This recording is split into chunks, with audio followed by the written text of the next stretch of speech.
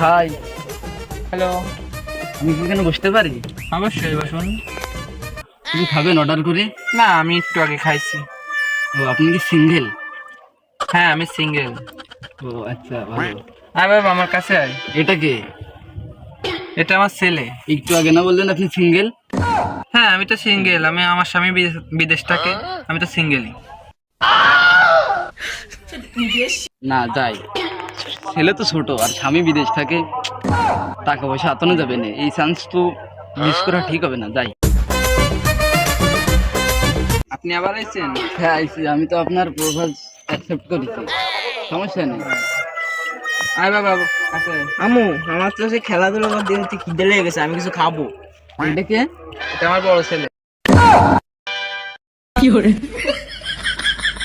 আর যাব না বেগুন তুলিতে।